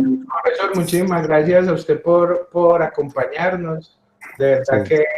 que muy importante su presencia y bienvenido aquí en este espacio cuando usted lo desee. Mientras que Alejo despide, yo voy a poner en el chat el enlace de la tesis de Lisa para que la miren. No es como muchos de los documentos que comparto yo que son en inglés, este sí es en español. Para que por allí veo a Paula Andrea riéndose porque ella siempre me responde otro en inglés, ¿cierto? Entonces, para que lo puedan aprovechar.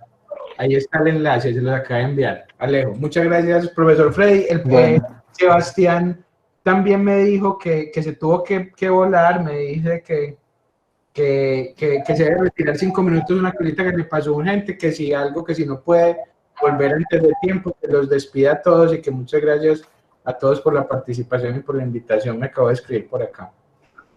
Bueno, entonces les agradecemos muchísimo a todos la asistencia y participación de este conversatorio. De igual manera a nuestra invitada y a la Comisión de Expertos de Prueba de Futuro. Como siempre son muy importantes todos los aportes en la charla.